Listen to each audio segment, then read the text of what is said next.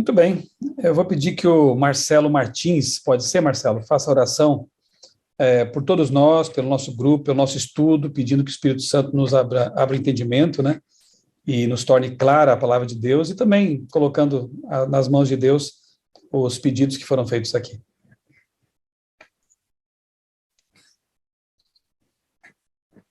Pai nosso, o Senhor é santo, o Senhor é bom, o Senhor é um Deus poderoso, maravilhoso, presente. Nesse momento, nós pedimos que o Senhor nos abençoe. O Senhor esteja conosco, o Senhor esteja nos dando tranquilidade nesse momento, o Senhor esteja com as tuas mãos sobre nossas famílias. Ouvimos pedidos, as inquietações, os desejos, são pedidos de saúde, pedidos de recuperação, pedidos de bênção sobre filhos, filhos que se distanciam do lar com um propósito, o propósito do estudo, do conhecimento. Que o Senhor esteja trazendo a tranquilidade a todos nós, nos dê a tranquilidade de que o Senhor tem diante do teu olhar nossas vidas, nossos corações e nossas inquietações. Que nesse momento teu Espírito Santo possa fazer parte desse estudo, nos dando entendimento, nos dando a capacidade de absorver todos os ensinamentos que o Senhor deseja, para que nós possamos te conhecer melhor, para que nós possamos te entender. Peço isso, Pai, em nome de Jesus Cristo. Amém. Amém. Obrigado, Marcelo. Só relembrar de algumas coisinhas que nós já falamos na última vez. Primeiro, né, esse estudo eu intitulei Verdades do Apocalipse, porque não vai ser um estudo exatamente sobre o Apocalipse, né? Nós teríamos assim que demandar muito tempo, né, para estudar o livro de ponta a ponta, analisando cada detalhe.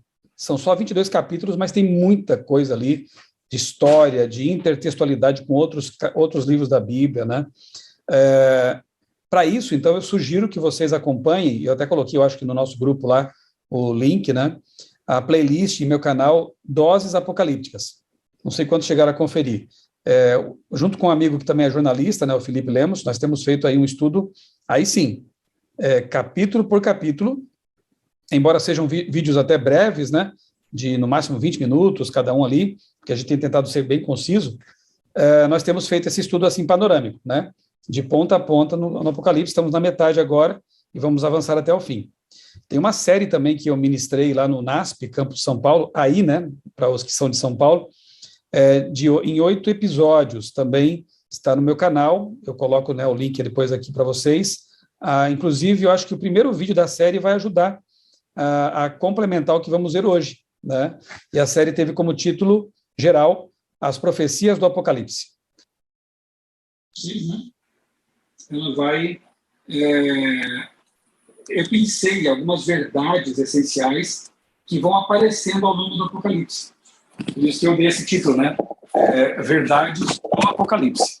Vocês perceberão que as principais doutrinas cristãs estão presentes ali, né, no Apocalipse. É algo realmente bem impressionante. João ele conseguiu agrupar ali as verdades essenciais do Evangelho e da Bíblia. De modo que estudar o Apocalipse nos obriga entre aspas, né, porque é um prazer, nos obriga a conhecer a Bíblia, né, estudar a Bíblia, fazer uso de outros textos bíblicos como fizemos na semana passada. Semana passada, outra coisa também, né, lembrando, né, que eu sou meio disparar aqui na fala, então se alguém quiser falar, quiser fazer uma parte, quiser só levantar a mão ou abrir o áudio e, olha, posso dar uma contribuição, fazer uma pergunta, por favor, me interrompa, né? Porque senão eu vou atropelando assim. Então, os das quartas-feiras já me conhecem, sabe? Que tem que... Ei, posso, né, falar alguma coisa?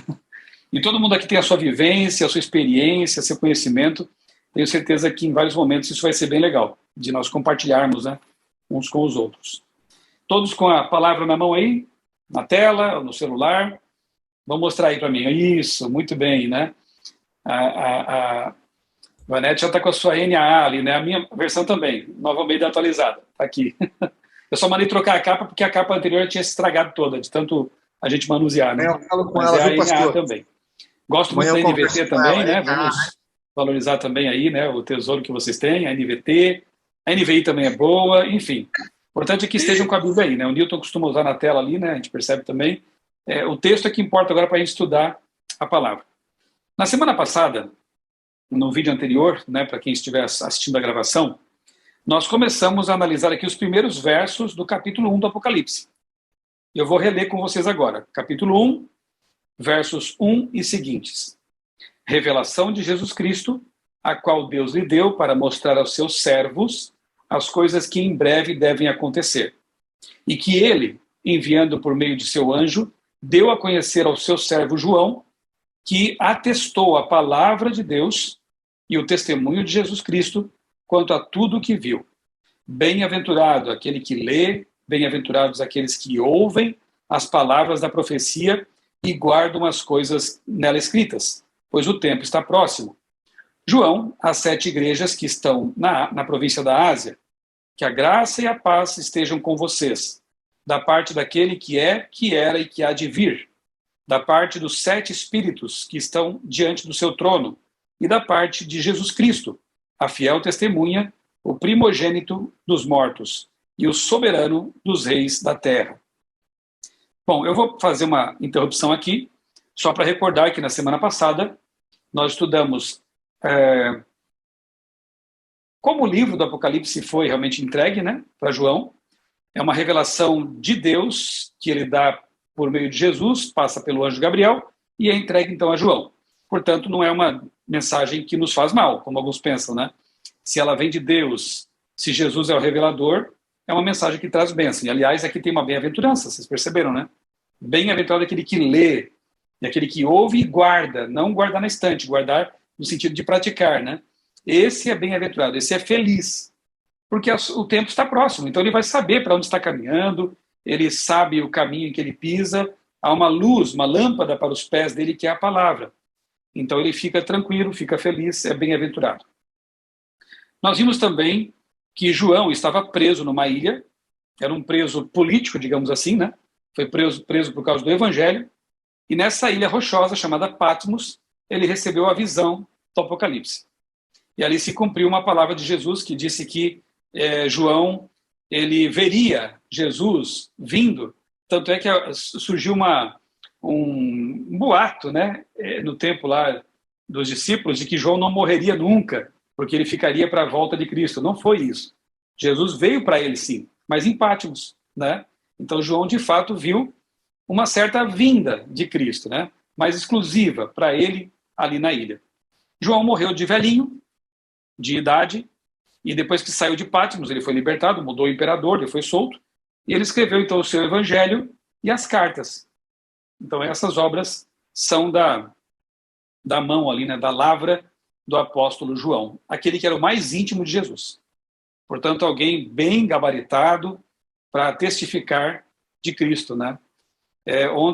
Sábado eu preguei em Limeira, como disse a Regina. Eu comecei o meu sermão dizendo assim, que infelizmente no passado eu tinha uma concepção equivocada de Jesus. Como eu era adepto da teologia da libertação, no meio evangélico é a missão integral, né, que é o correspondente do catolicismo, teologia da libertação, eu via Jesus como um mero revolucionário, um líder político, quase assim, queria expulsar os romanos e estabelecer um reino terreno, né? Quando eu estudei Apocalipse pela primeira vez, eu vi que Jesus era muito, muito mais do que isso, e nem era isso. Jesus é o rei do universo. Jesus veio estabelecer um reino eterno. Não veio para se insurgir contra o Império Romano. Ele veio para derrotar o reino das trevas e o pecado, não uma mera invasão de um outro reino, né? E aí eu pude ver de modo muito mais amplo a pessoa de Jesus. Quem me ajudou? O Apocalipse. Na semana que vem, nós vamos estudar o Jesus do Apocalipse. Não perca, hein? Vai ser um tema bem interessante. O Jesus no Apocalipse. Porque o Jesus dos Evangelhos, nós até conhecemos bem, né? As pessoas conhecem bem, via de regra. O Jesus da manjedoura, o Jesus batizado por João Batista, o Jesus que caminhou com os seres humanos, que caminhou com pessoas que ele resgatou do pecado, o Jesus que morreu na cruz, Mas será que é só isso? O Apocalipse traz uma compreensão bem mais profunda desse Cristo que é homem-Deus e Deus-homem. Mas eu não quero me adiantar aqui. Isso fica para a semana que vem, um spoilerzinho para você não perder. O assunto de hoje, o estudo de hoje tem como título Aquele que nos ama e vai voltar. E eu quero então começar aqui o nosso carrossel de leituras, tá bom? Eu vou começar pedindo aqui para o filho da Ivanete, é o Antônio, né? Ou eu errei o nome? João Pedro, pastor? Desculpa, é o nome de um discípulo, né? Dois. Dois juntos, né? João Pedro. Dois discípulos, para a glória de Deus. Vou decorar ainda. Então, João Pedro, é isso? João Pedro vai ler para nós os versos 5 a 8 agora. Vamos continuar na sequência do que eu acabei de ler. Ele vai ler Apocalipse 1, 5 a 8. Depois a Ivanete vai ler para nós Romanos 3, 23. Romanos 3, 23. Gladys, Romanos 6, 23. E depois 5, 12. Só voltar um capítulo aí. Marcelo Martins, Romanos 5, 8. Regina, Isaías 53, verso 6. Tadeu, Efésios 2, 8. Efésios 2, 8. Juliana, Atos 4, 12. Marcelo Faceto, João 3, 16. E depois 15, 4. Eu vou depois colocar no grupo lá os textos todos, tá? Para vocês não perderem o que os outros estarão lendo, né? Não se preocupe. Valéria, João 14, 1 a 3. João 14, 1 a 3. Michela, Atos 1, 11. Atos 1, 11. E Manuela, 1 Tessalonicenses capítulo 4, versos 16 e 17. E por enquanto eu vou ficar devendo para o Newton. A mãe não sei se vai ter condições de ler lá nesse momento, né? Mas se sobrar algum aí, a gente passa para o Newton. Não fica bravo. Vamos lá. João Pedro, né? 2 discípulos aí, né? Lê para nós, então, a continuação da introdução do Apocalipse. E vamos ver, me ajudem a ver aí que verdades podemos pensar nesses versos que ele vai ler. Apocalipse 1, de 5 a 8. O áudio E de eu acho que Jesus está Cristo. fechado, ou então não sei se está muito baixo. Um pouquinho mais alto também. Estão me ouvindo? Está bem baixinho, né? Ou Não, tá bem. tá muito baixo. Estou ouvindo bem. Estou ouvindo Estou muito ouvindo bem. bem. Acho que conectou aqui sem querer o fone de ouvido. É por isso que eu estou ouvindo bem baixinho. Vou colocar aqui então o fone. Fala de novo, por favor. Apocalipse 1, de 5 a 8. E de Jesus Cristo. Ele é a testemunha fiel destas coisas, o primeiro a ressuscitar dos mortos e o governante de todos os reis da terra. Toda a glória seja aquele que nos ama e nos libertou de nossos pecados por meio de seu sangue. Ele fez de nós um reino de sacerdotes para Deus, seu Pai. A ele sejam a glória e o poder para todo sempre. Amém. Vejam, ele vem com as nuvens do céu, e todos o verão, até mesmo aqueles que o transpassaram, e todas as nações da terra se lamentarão por causa dele. Sim, amém. Eu sou o Alfa e o Ômega, diz o Senhor Deus. Eu sou aquele que é, que era e que ainda virá, o Todo-Poderoso. Obrigado, João. Eu destaco aí nesse texto, nesses versos que foram lidos, duas verdades fundamentais. A primeira, aquele que nos ama e nos libertou de nossos pecados. Segunda, aquele que vai voltar, né? Todo olho o verá, diz o Apocalipse. Então, eu quero estudar com vocês hoje duas verdades do Apocalipse. A salvação em Cristo e a volta de Jesus, que vai ser a culminação realmente do plano de salvação. Não exatamente, nós vamos ainda ver que depois da volta de Jesus tem um período, né, que se estende até que de fato as coisas culminem com o reino de paz. Mas tecnicamente, a volta de Jesus resolve o nosso problema, né? Nos resgata deste mundo de pecado e nos traz um milênio de paz. Mas esse é assunto para frente ainda, quando chegarmos ao capítulo 20 do Apocalipse. Então, para analisar um pouco essa questão da salvação e depois da volta de Jesus, vamos começar nossas leituras agora. Ivanete, lê para nós, então, Romanos 3, 23. Romanos 3, 23. Pois todos pecaram e carecem da glória de Deus. É uma verdade bem óbvia, né? É só olhar para nós no espelho, né? Todos pecaram e carecem da glória de Deus. Então, nós nascemos já com uma natureza pecaminosa, né? Não que nós estejamos pagando pelos pecados de Adão e Eva, cada ser humano ele dá conta de seus pecados para Deus, mas nós herdamos deles, como que geneticamente, né? Essa condição caída.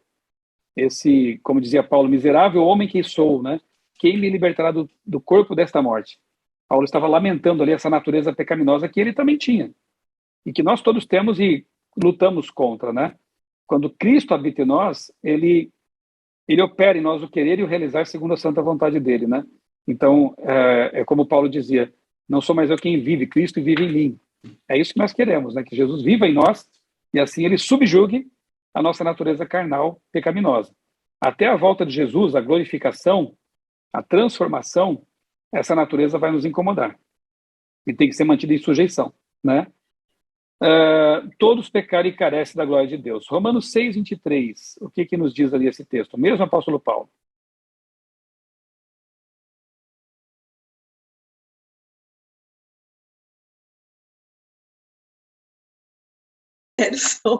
Pronto. Pronto. Pois o salário do pecado é a morte, mas a dádiva de Deus é a vida eterna em Cristo Jesus, nosso Senhor. O salário do pecado é a morte. Então, se todos pecaram, o que nós somos naturalmente? Quer dizer, naturalmente não, porque não era plano de Deus que isso fosse natural, né? Mas o que nós somos, então, como seres humanos? Imortais ou mortais? Somos mortais, né? Se somos pecadores e o salário do pecado é a morte, nós merecemos isso. Claro que o dom gratuito, né? É a NVT, Gladys? Né? Então, aí coloca ali a dádiva, o dom, o presente, né? De Deus para nós é a vida eterna. Então, louvado seja Deus, porque o presente que Ele nos dá é a vida eterna. Embora nós sejamos merecedores não disso, né? Ele troca conosco, Ele nos dá a coroa de ouro que é dele por merecimento e toma a nossa coroa de espinhos e assume isso, né? Então é a troca, é a substituição. E Gladys, já que você está em Romanos aí pertinho, veja para nós também o 5:12. Quando Adão pecou, o pecado entrou no mundo e com ele a morte, que se estendeu a todos, porque todos pecaram. Adão e Eva, né, foram os primeiros aí neste mundo se rebelarem, desconfiarem da palavra de Deus, duvidarem da palavra de Deus, caírem no conto da serpente, né? E Ivanete, né, para fazer uma referência aí, né, ouviram a hermenêutica da serpente, né? Então, é aquela hermenêutica que coloca dúvidas, que diz, será que é assim mesmo? Foi isso que Deus disse, né? E está bem na moda hoje em dia isso também, né? Continua, né? Infelizmente. Pessoas questionando a palavra de Deus, duvidando, relativizando, né? Mas a palavra é clara. Todos pecaram, todos carecem da graça de Deus, da glória de Deus, e por causa de Adão e Eva, essa situação se instalou neste mundo. A origem do mal, né? É um assunto também que merece depois uma análise mais de perto também. Romanos capítulo 5, verso 8. O que diz esse texto? Tá. Mas Deus nos prova seu grande amor ao enviar Cristo para morrer por nós, quando ainda éramos pecadores. Amém, né? Deus prova o seu amor para conosco, enviando Cristo para morrer por nós. Nós nem éramos nascidos ainda, né? Mas a graça já estava disponível para quando chegássemos ao mundo, né? Então são textos que falam da salvação. Isaías 53, verso 6, lá no Antigo Testamento, uma profecia messiânica datada de 700 anos antes de Cristo, já falava da missão do Salvador. É o capítulo maravilhoso lá do servo sofredor, né? O que diz esse texto aí? Em verdade, todos nós, tal como ovelhas perdidas, andamos errantes, Cada ser humano tomou o seu próprio caminho, e Yahvé fez cair sobre ele a iniquidade de todos nós. É esse o plano da salvação já expresso na voz profética, né? Séculos antes de Cristo vir ao mundo, de nascer aqui na Terra, ele tomou sobre si nossos pecados. Como ovelha muda foi levada a matadouro, né? O castigo que nos traz a paz estava sobre ele. É um capítulo lindíssimo, é um poema, né? Que expressa realmente ali a missão de Cristo. Efésios 2, verso 8, Tadeu.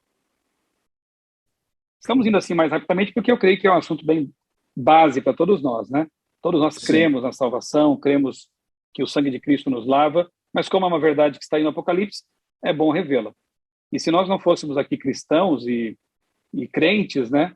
Seria realmente um tema necessário antes de qualquer outro assunto. Porque pense bem, de que adianta falar sobre besta, sobre a marca da besta, dragões e não sei o que, batalhas, selos e trombetas e tudo mais, sem que a pessoa saiba que Jesus morreu por ela.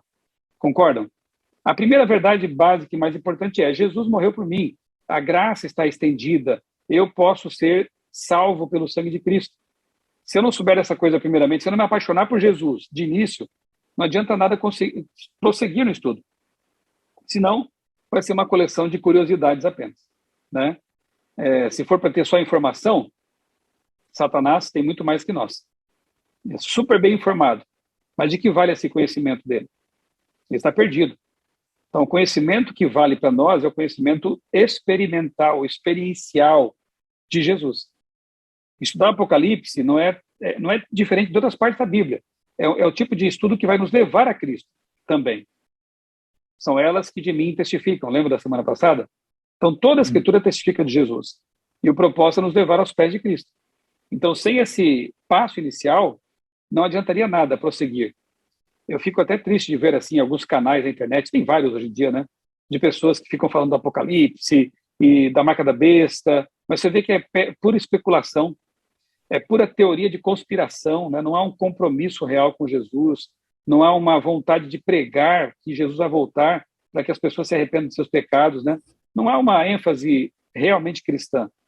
É mera especulação, talvez uma simples tentativa de caçar níqueis, né? Ou inscritos e interessados. Causar. Aqui não é assim. Aqui a gente tem que realmente, primeiramente, se entregar a Jesus para então poder conhecer as doutrinas que fazem sentido quando a gente tem Jesus na vida. Se for sem Jesus, são só palavras, é só letra vazia, né? E a gente entende que não é assim. Qual é o texto que eu passei agora para Tadeu? Também. Efésios, né? Efésios 2:8. Porque pela graça sois salvos, mediante a fé. E isto não vem de vós, é dom de Deus. Somos salvos de que jeito? Da graça. Pela graça. Pela graça. Mediante a fé. Não é aquela fé baratinha lá que o diabo também tem, né? Que a Bíblia diz que o diabo também crê. E como não? Ele veio do céu, ele sabe que Deus existe. Se há alguém que não pode ser ateu, é o diabo. Porque ele estava lá, ele viu de perto, né? Ele sabe que é real. Mas a crença dele não o leva a um compromisso. A fé que esse texto aqui apresenta é uma fé que nos leva a um compromisso com Deus. É aquela fé que diz assim: eu creio que ele morreu na cruz e que seus méritos são suficientes para pagar meus pecados. Ah, mas eu não sinto alguma coisa. Não, a fé não é baseada no sentir. O sentir é até uma consequência, talvez, da paz que vem de ter Jesus no coração e tudo mais. Mas o primeiro passo é crer. É você saber e aceitar e acreditar. Ele morreu por mim, então eu creio. Quer um exemplo de crença e descrença? Uma historinha bem bobinha, né? Conta-se que certa vez tinha um senhor equilibrista atravessando um penhasco de ponta a ponta por um cabo. Esse pessoal, não sei se é não, é equilibrista mesmo que fala, né? Na corda bamba lá, né? Atravessando pelo cabo. Ele atravessava e voltava e o pessoal lá aplaudia, né? A plateia que estava ali observando as travessias. Parabéns, você é muito bom e tal. Aí ele perguntou para o povo ali: alguém aqui acredita que eu sou capaz de atravessar esse penhasco levando um carrinho de mão na minha frente? Não, não duvidamos, você já mostrou que é muito bom nisso. Acreditamos em você. Aí ele pega um carrinho de mão, vai até o fim, volta, e o pessoal bate palmas para ele. Aí ele pergunta: Alguém acredita que eu sou capaz de atravessar com uma pessoa dentro do carrinho? Ah, com certeza, você já provou que é bom demais. Quem quer subir aqui? Ninguém. Cadê a fé desse povo, né? Então é assim, eu creio em Jesus, eu creio que a graça de Cristo me perdoa, me salva, me lava, mas continua carregando o fardo de culpa. Continua duvidando de que o pecado, né, do passado foi apagado, continua duvidando de que pode ter uma vida nova com Jesus. É o camarada que não quer subir no carrinho. Jesus já pagou na cruz o preço. Então o que você tem que fazer é crer. Mas é a crença que diz, eu subo no carrinho. Eu confio, eu aceito, eu me entrego. Certo? Cuidemos assim com o sentimentalismo, né, religioso. Até o processo de conversão ele é diferente, né? Eu tenho uma linha mais racional e eu me converti de uma forma racional, né? Estudando a Bíblia, conhecendo a vontade de Deus, mas me emociono também estudando a Bíblia, né? E muitas vezes lendo sobre Jesus também fico profundamente emocionado. Mas a crença é muito mais do que apenas emoção. É uma convicção profunda. Essa é a fé de que fala Paulo aqui em Efésios. Tá bom? Atos 4:12. O que diz esse texto? É Juliana, né? Não há salvação em nenhum outro, pois debaixo do céu não há nenhum outro nome dado aos homens pelo qual devamos ser salvos. Somente quem é o nosso intercessor, mediador e salvador? A resposta é óbvia, né? Só Jesus. Eu queria ouvir alguém aqui agora.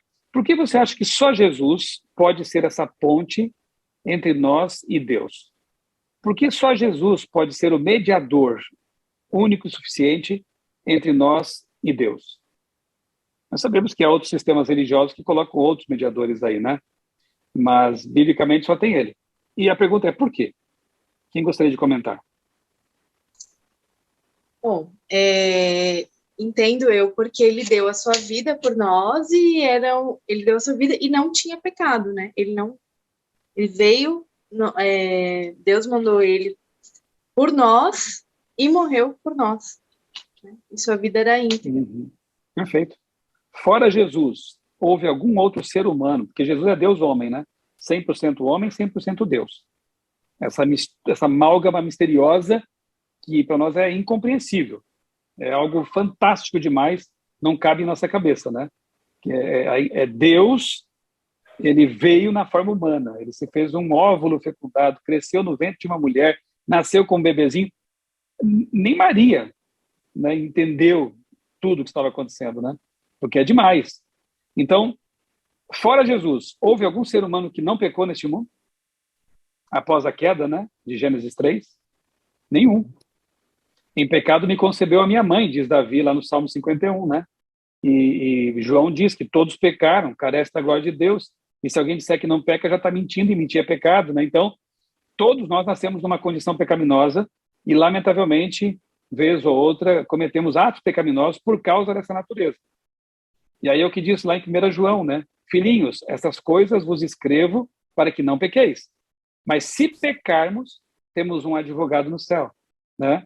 Ele advoga a nossa causa. E é justamente porque, como disse a Gladys, ele nunca pecou. Então ele tem mérito próprio, né? Nunca pecou. Outra coisa, como ele é Deus homem, com um braço ele segura o braço da divindade. Com outro braço ele segura a humanidade. Então ele está ali, ele entende o que é ser uma coisa e outra, porque ele é Deus e é homem e é Deus. Então ele pode fazer essa ponte. E como é bom saber que no céu nós temos um advogado que tem essa intimidade tão grande com a humanidade. Não é um Deus distante, como os deuses pagãos que ficam lá no trono distante, jogando raio nas pessoas que erram, né? Não, ele é um Deus que veio, que se interessou, que pisou no pó desse mundo, né? E, portanto, se identifica profundamente conosco.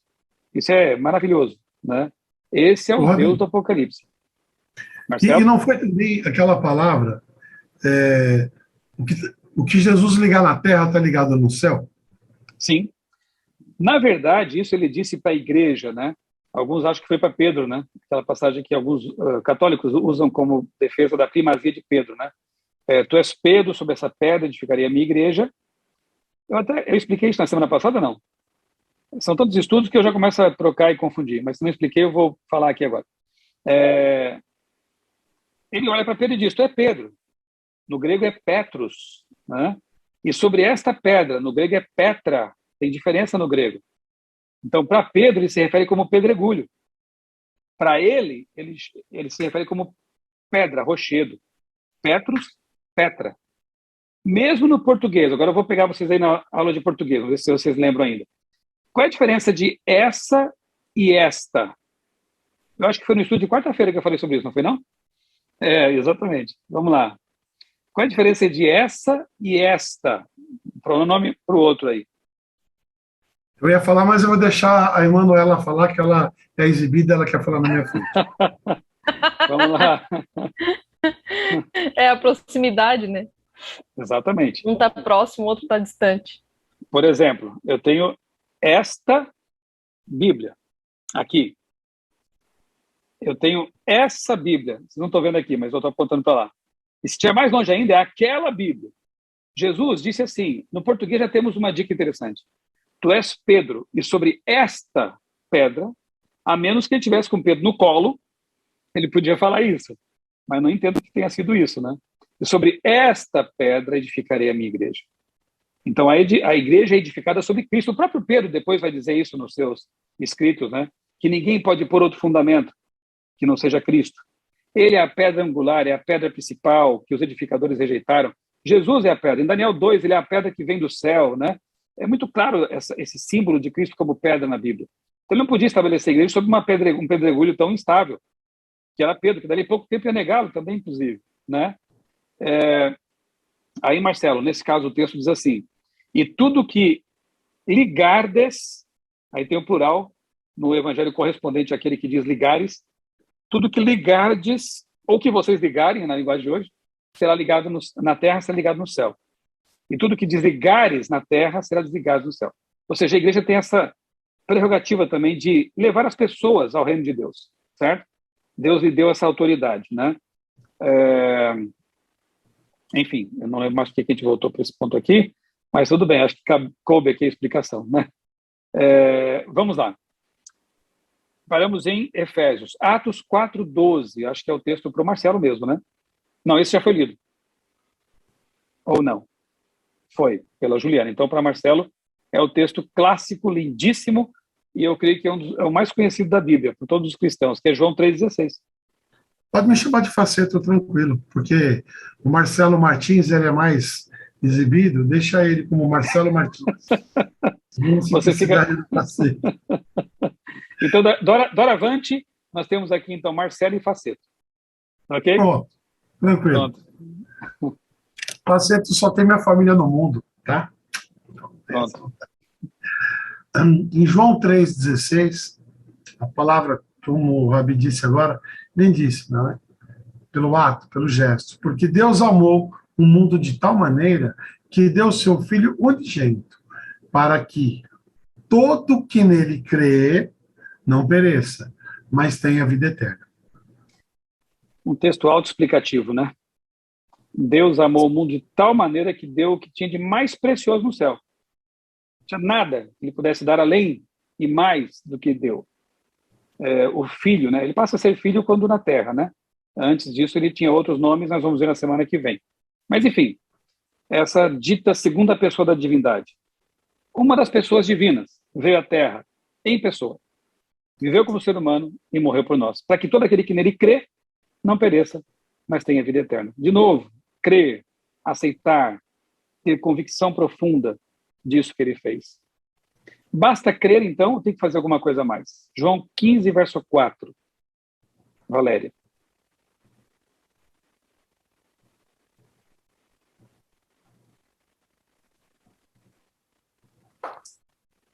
Permanecei em mim e eu permanecerei em vós. Nenhum ramo pode produzir fruto por si mesmo, se não estiver ligado à videira.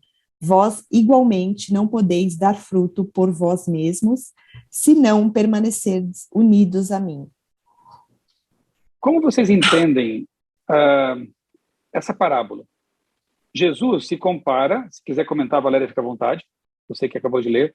Jesus se compara a uma videira, uma árvore, e diz que nós somos os ramos. E diz que nós não vamos produzir frutos se não estivermos conectados com a videira. Por que ele apresentou, né, essa verdade usando como símbolo uma videira? Alguém quer comentar? E essa parábola é muito profunda, viu? Uma das mais significativas no que diz respeito à vida cristã. Porque o galho sozinho não gera fruto, né? Se ele tiver separado da árvore, da raiz, da seiva, do tronco, daquele negócio todo, né? A gente sozinho não vai produzir nada, se não tiver com Jesus. Jesus fala assim, se creres em mim, farão coisas maiores que eu, dirás, um monte se lançará ao mar, tal. E aí, se não está ligado em Jesus, você não tem esse poder, esse jeito, né, de fazer as coisas. Não tem vida espiritual, né? Assim como o galho desconectado não tem seiva, ele seca. A nossa vida espiritual sem Jesus também seca. É uma vida árida, uma vida sem sentido. Agora, quando estamos conectados em Cristo, aí sim, a seiva, né? Claro que é uma parábola. A seiva, ela flui para nós. E aí nós sentimos, né, esse poder, temos vida e produzimos frutos. Sem Deus, os frutos até podem ser produzidos, mas são de plástico. Não tem sabor, são intragáveis, né? Você vê que é uma coisa, talvez com interesses, né? O fruto do Espírito, que é amor, paz, Gálatas 5, né? Amor, paz, bondade, benignidade, domínio próprio, ele é do Espírito, não é nosso. O Espírito produz em nós. E o primeiro ali da lista é amor, né? Então, quando vem de Deus, é verdadeiro, é genuíno, é desinteressado. Então, eu diria assim que... Aliás, deixa eu perguntar para vocês. O que vocês acham? O que é mais importante, casar ou permanecer casado? As duas permanecer coisas, né? Casado. Mas permanecer, sem dúvida, né?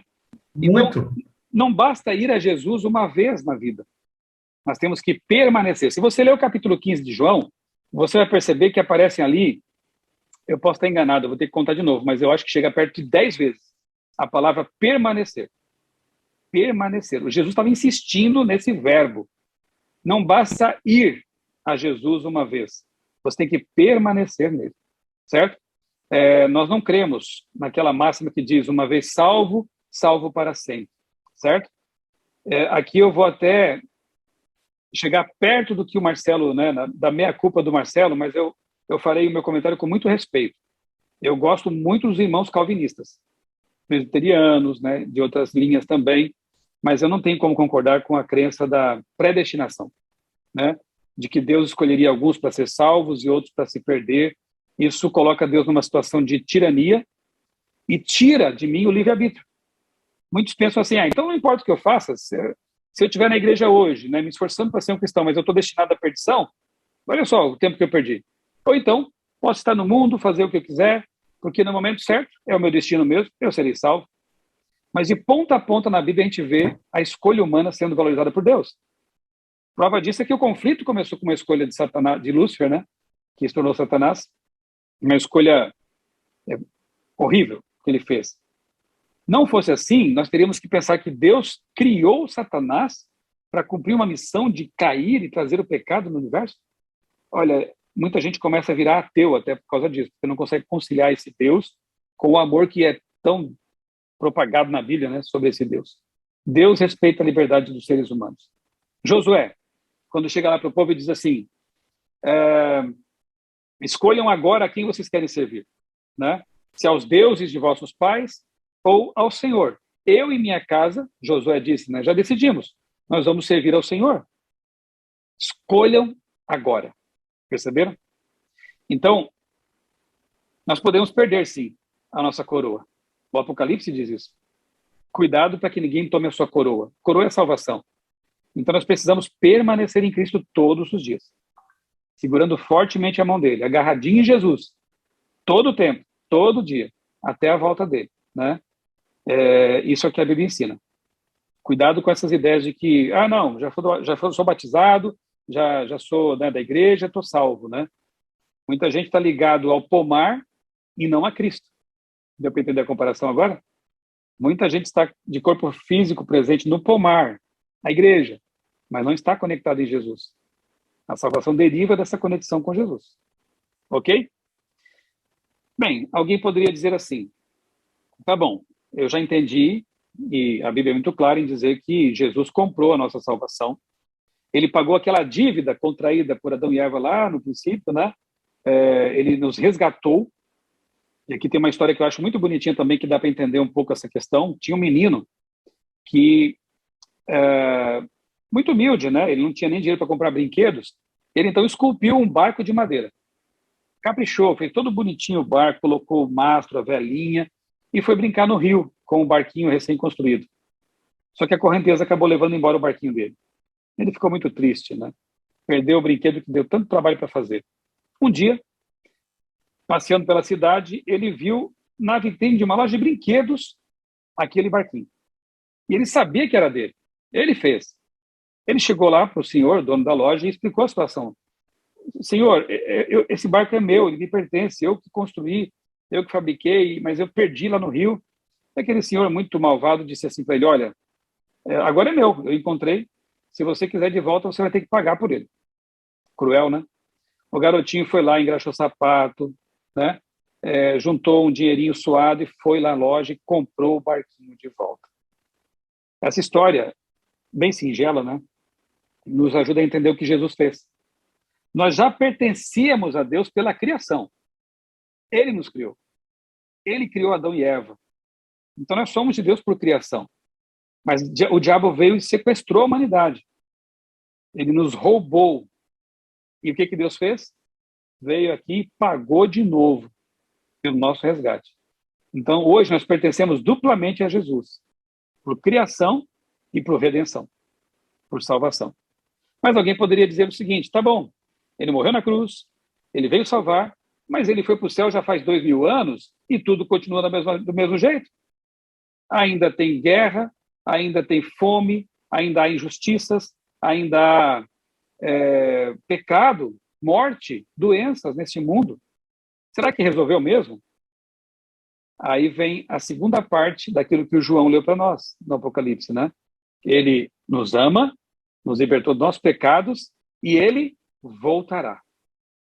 Aí sim as coisas fazem sentido, porque ele vai resolver de uma vez por todas esse problema, tá? Se ele não prometesse voltar, eu também duvidaria do amor de Deus. Como assim? Nos perdoou os pecados, mas nos deixou nesse mundo aqui? Ele não disse, não deixaria vocês órfãos? Pois é. Vamos ver esse assunto aqui, assim, rapidamente. Depois eu posto no nosso grupo lá alguns materiais complementares sobre a volta de Jesus, que é um assunto maravilhoso, né? Nos estudos de quarta-feira a gente já viu esse assunto, lembram? Juliana, Valéria, Newton, né? O casal, nós estudamos esse assunto. Eu vou só recapitular com vocês e dar uma olhada aqui com os demais também que com certeza também creem nisso e conhecem isso. Não dá para começar o assunto volta de Jesus sem falar do que Jesus prometeu. Então eu quero que alguém leia, esse alguém acho que é a Michela, é isso? João 14, 1 a 3? Ou não? Para quem eu passei esse texto? Não, você passou para mim, é que eu li o anterior, que eu acho que era um faceto, mas tudo bem, eu posso ler, já está aqui já. Tá. Então vamos lá. Não permitais que o vosso coração se preocupe. Credes em Deus, crede também em mim. Na casa de meu pai há muitos aposentos. Se não fosse assim, eu o teria dito a vós. Portanto, vou para preparar-vos lugar. E quando eu me for e vos tiver preparado um lugar, virei de novo e vos levarei para mim, a fim Amém. de que, onde eu estiver, estejais vós também. Amém. E aí, vocês confiam em Jesus? Alguma vez Jesus mentiu? Jamais. E o que ele diz aí categoricamente?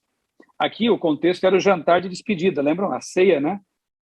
Poucas horas antes de Jesus ser preso e depois ser crucificado no dia seguinte.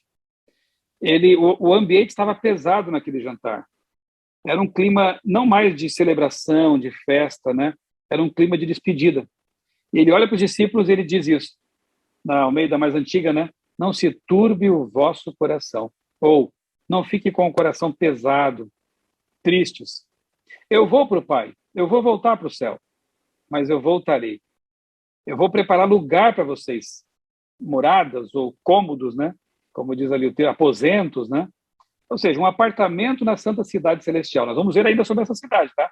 No Apocalipse.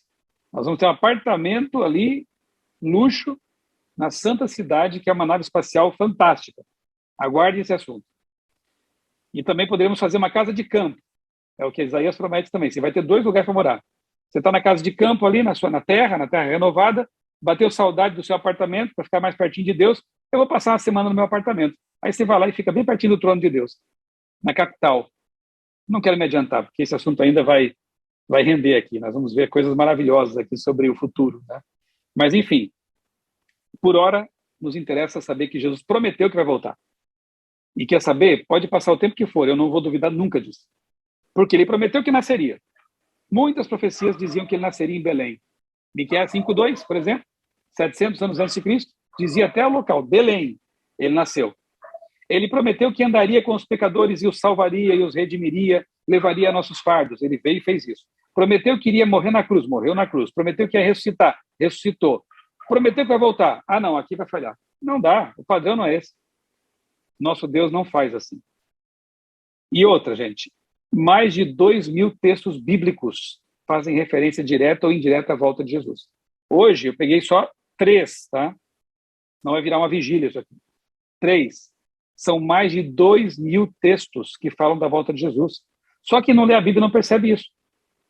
O tempo todo, dizem alguns estudiosos que de cada 11 versos do Novo Testamento, 1 fala da volta de Jesus.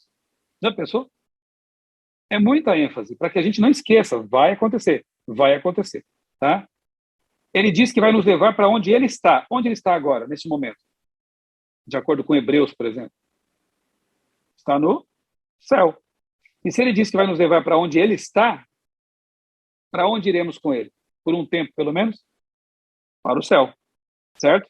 Ele não vai pisar aqui na terra para morrer de novo, como alguns aí ficam viajando, né?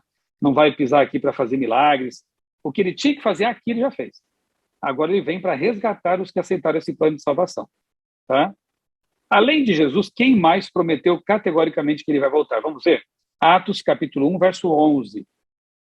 Aí quem está falando são anjos de Deus, tá? Se já não bastava Cristo ter falado, anjos também afirmam essa verdade. Eles disseram: varões galileus, por que estáis olhando para as alturas? Esse Jesus que dentre vós foi assunto ao céu, virá do modo como o viste subir. Que maravilhoso isso, né? Era o momento da ascensão de Cristo. Ele já tinha se despedido daí. Ele ressuscitou, ficou 40 dias aqui com os discípulos, seus seguidores, orientando, né, a igreja ali cristã primitiva. E aí chegou o momento da ascensão de Cristo. Ele precisava voltar para o céu para continuar uma obra especial do Santuário Celestial que nós vamos ainda estudar mais detalhadamente, tá? Então ele está subindo ao céu. Eu consigo imaginar a cena. Jesus olha para baixo, vê seus discípulos tristes. Ele sabia que ele ia voltar, mas não sabia quanto tempo ia levar para isso, né? Jesus nem falou para eles, na verdade, porque por misericórdia. Porque ele sabia que ia levar, né, pelo menos 2 milênios aí, né? Então lá em Mateus 24, ele mistura eventos que tinham que ver com a destruição de Jerusalém com a volta dele. Ele faz isso intencionalmente. Nós que vivemos já no futuro em relação a eles, conseguimos separar as coisas e entender bem, porque a gente já viveu tudo, né? Ou a história já aconteceu para nós. Os discípulos ficaram assim tentando entender, mas foi por bondade de Jesus, porque se ele falasse, gente, ainda vão se passar 2.000 anos, mais ou menos isso aí, né? Ele sabe o dia exato, claro, né? Deus sabe. Mas se ele falasse que ia passar ainda 2.000 anos, eles ficariam bem desanimados. Sem saber quando, eles pregaram com todas as forças, porque estavam com saudade de Jesus.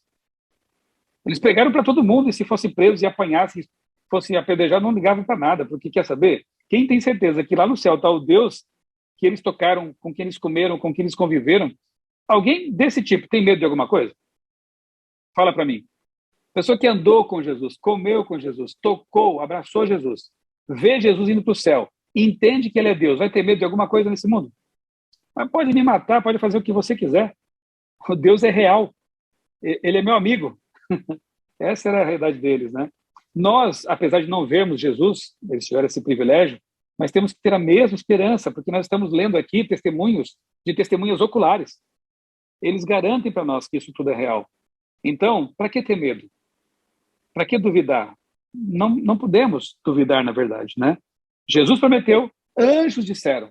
Então, na cena, imagina assim, Jesus olhando para baixo, vendo os discípulos tristes, ele manda 2 anjos daquela comitiva que estava recebendo, né, nas alturas, desçam lá, por favor, digam palavras de conforto para os seus filhos. Aí 2 anjos descem e dizem assim, homens da Galileia, por que vocês estão olhando aí para o céu tão tristes, né? Esse mesmo Jesus voltará do mesmo modo como vocês ouviram subir. Essa fala dos anjos nos dá uma pista sobre como será a volta de Jesus.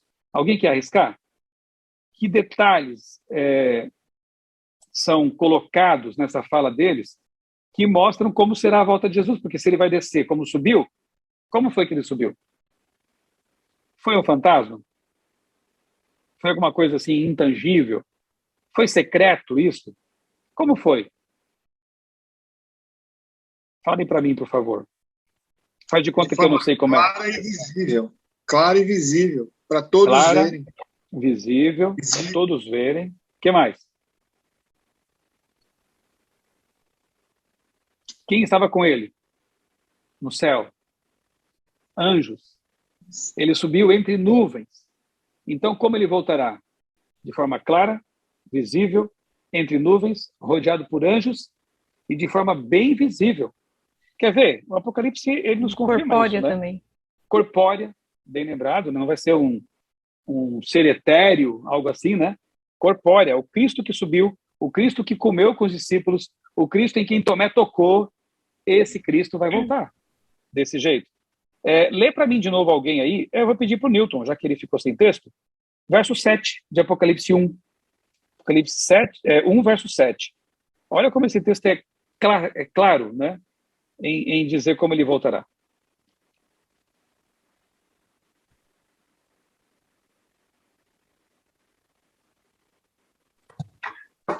Ei-lo que vem com as nuvens.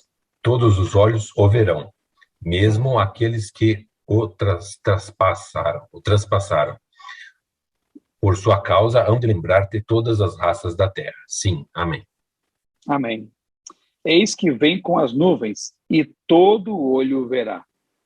Eu vou deixar para um outro dia esse ponto aqui. Até mesmo os que o transpassaram. Como assim? Quem transpassou Jesus foram os soldados romanos. Eles vão ver também? Aguarde. Nós vamos entender isso mais adiante. Por hora, nos interessa essa primeira parte. Eis que vem com as nuvens, e todo olho verá. Não confirma o que os anjos falaram? Ele foi entre nuvens, visivelmente, e voltará do mesmo modo. Então não vai ser secreto de jeito nenhum. Os evangelhos falam que ele vem em glória e majestade. Mateus compara, inclusive, a um relâmpago que cruza o céu de ponta a ponta, do ocidente ao oriente, né? Então, todos os textos falam de algo visível, algo glorioso, majestoso, maravilhoso. Assim será a segunda vinda de Cristo. E para a gente concluir, eu não podia deixar de ler esse texto. Eu poderia colocar aqui vários textos, tá? Mas eu selecionei 3, assim, muito especiais. 1 Tessalonicenses, capítulo 4, 16 e 17. Esse texto fala do que vai acontecer com quem estiver morto por ocasião da volta de Jesus e com quem estiver vivo por ocasião da volta de Jesus. Claro, os salvos, né? Vejamos. Porque o Senhor mesmo, dada a sua palavra de ordem, ouvida a voz do arcanjo e ressoada a trombeta de Deus, descerá dos céus, e os mortos em Cristo ressuscitarão primeiro. Depois nós, os vivos, os que ficarmos, seremos arrebatados juntamente com eles entre nuvens, para o encontro com o Senhor nos ares, e assim estaremos para sempre com o Senhor. Amém. Que texto maravilhoso, né? Olha, agora eu quero que vocês me falem. Eu lembro que esse estudo aqui foi um dos que a Juliana disse, tô passada. Lembra, Juliana? Porque a gente falou sobre o arrebatamento, né? O arrebatamento. Digam para mim, com base nesse texto de Paulo, que é claro como as águas claras, né? O arrebatamento acontecerá antes, durante ou depois da volta de Jesus? Segunda pergunta. O arrebatamento do povo de Deus será secreto ou visível? Se precisar, lemos de novo. O que ele diz ali? Vamos ler de novo? Agora com bastante atenção para responder as perguntas que eu deixei no ar. Vou repetir. Pergunta 1. O arrebatamento dos salvos, tá? Ocorre antes, durante ou depois da volta de Jesus? Pergunta 2. O arrebatamento dos salvos é secreto ou é visível? Lê de novo, Manuela, por favor. Porque o Senhor mesmo, dada a sua palavra de ordem, ouvida a voz do arcanjo e ressoada a trombeta de Deus, descerá dos céus, e os mortos em Cristo ressuscitarão primeiro. Depois nós, os vivos, os que ficarmos, seremos arrebatados juntamente com eles, entre nuvens, para o encontro com o Senhor nos ares, e assim estaremos para sempre com o Senhor. O que vocês me dizem? O que vocês entenderam desse texto? Vai, Marcelo, pode falar. Já foi delegado ali. Estou sentindo a Ivanete um pouco silenciosa, vou dar oportunidade para a irmã. Pronto. Faz sentido. Faz sentido. Eu quero até pedir perdão para vocês, porque eu estou perdidaça. Estou tentando procurar a passagem que a irmã leu e não estou conseguindo achar. Qual que é o endereço, então, por favor? A gente tem o vício. A gente tem o vício de falar o endereço antes de ler. Então, eu fico nessa dependência. Misericórdia, viu, meus irmãos? Qual que é, pastor? Me ajuda, por favor. Vamos lá. Ela é tão chave, o texto é tão chave que a gente tem que... Vamos ler juntos. Vamos lá. Sim. Ó, uma dica, tudo que é enses fica junto. Filipenses, Sim. Colossenses, Tessalonicenses. Então, o Tessalonicenses fica no fim desses enses aí, antes de Tito. Sim, já estou Timóteo. nele. Pronto, então capítulo 4. Versos 16 e 17. Ô, Ivanete, eu vou te dar uma canja. Você vai ler de novo, então, para nós agora esses dois versos. Primeiro... Eita glória! 1 Tessalonicenses, capítulo 4, versos 16 e 17. Atentem para mais umas coisinhas. Ele fala, ressuscitarão primeiro. Isso sugere que haverá uma outra ressurreição, concordam? Não vamos ver isso hoje, tá? Tanta coisa para depois, né? Mas vou deixar para depois. Então, se há uma primeira ressurreição, também haverá pelo menos uma segunda. Calma, a gente vai ver isso, não se desesperem. Depois, no 17, diz que nós, Paulo pela fé se viu lá, mas ele, né, tadinho, ele morreu já. Mas ele pela fé se via entre os salvos vivos. Eles queriam que Jesus voltasse logo, urgente, né? Então ele diz assim, os vivos, juntamente com eles, quem? Os que estavam mortos e ressuscitaram, sobem para encontrar Jesus nos ares. Então, se quiser ler de novo, Ivanete, vamos lá, ler de novo, para responder as duas perguntas que eu deixei no ar. Lembram quais são? Arrebatamento. Antes, durante ou depois? Arrebatamento. Secreto ou visível? Pode ler. Porque o Senhor mesmo, dada a sua palavra de ordem, ouvida a voz do arcanjo e ressoada a trombeta de Deus, descerá dos céus, e os mortos em Cristo ressuscitarão primeiro. Depois nós, os vivos, os que ficarmos, seremos arrebatados juntamente com eles, entre nuvens, para o encontro com o Senhor nos ares, e assim estaremos para sempre com o Senhor. Vai lá, Ivanete, os Marcelos te indicaram. Todo mundo vai ver, vai ser lindo. Amém? Amém. E o que você fala sobre arrebatamento? Antes, durante, depois? Eu acho que vai ser durante. Durante. Tá ali, né? Durante. Eu tenho alguns nós na cabeça por conta de estudos com pré-milenistas. Milenistas. Ai, meu Deus. Muita confusão. Mas Deus há de ter misericórdia. Eu creio que será durante, sim. Perfeito. Deus é o maior desatador de nós, tá? Fica tranquila. Sim. Amém. Vai desatar todos os nós. Então, o texto é muito claro, vai ser durante, né? A trombeta que menciona aí, nós vamos ver depois, se der tempo, é a 7ª trombeta. É a última trombeta do Apocalipse, justamente.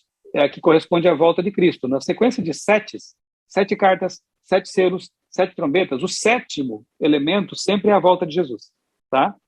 A gente vai ver isso na semana... Não, daqui 2 semanas. As 7 cartas, que é a primeira sequência de 7 do Apocalipse. Sempre culmina com a volta de Jesus.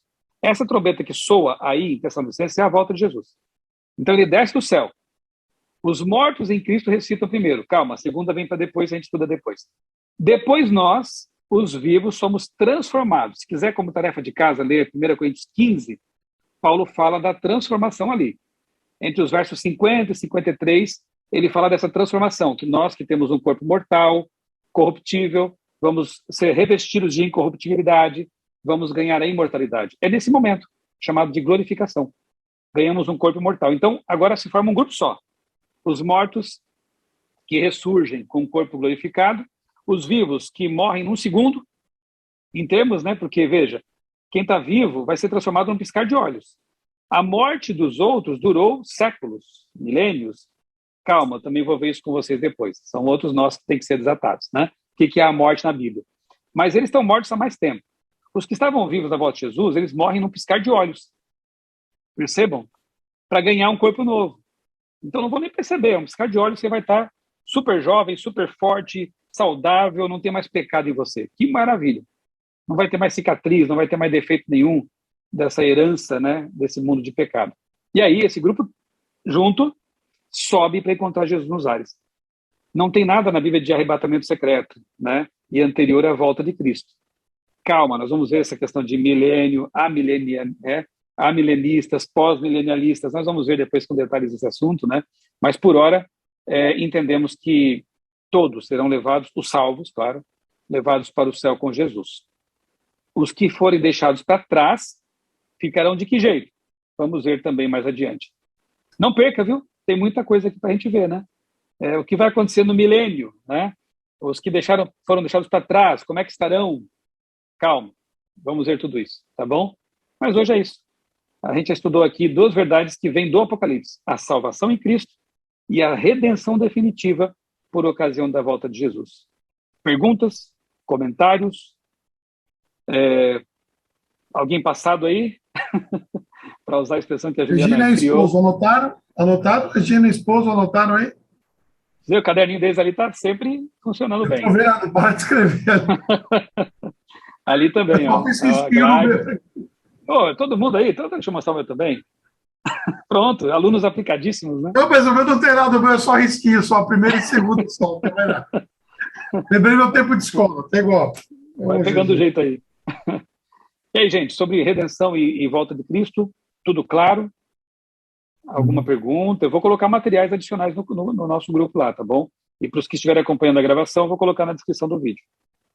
Mas ficou tudo claro? Eu quero fazer uma pergunta. Eu ouvi um dia desses no Instagram perguntas para um pastor e perguntavam se as crianças, como é que as crianças vão ser tratadas por ocasião.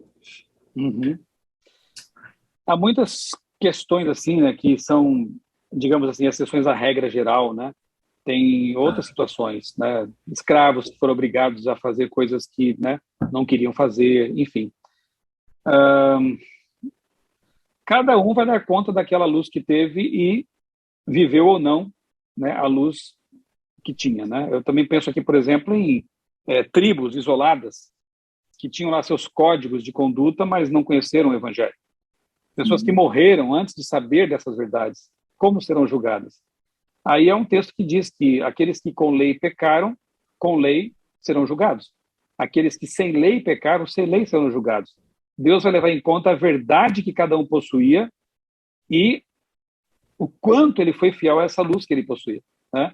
Então, mesmo aquelas tribos isoladas têm seus códigos. Paulo fala da lei implantada no coração. Interessante, né?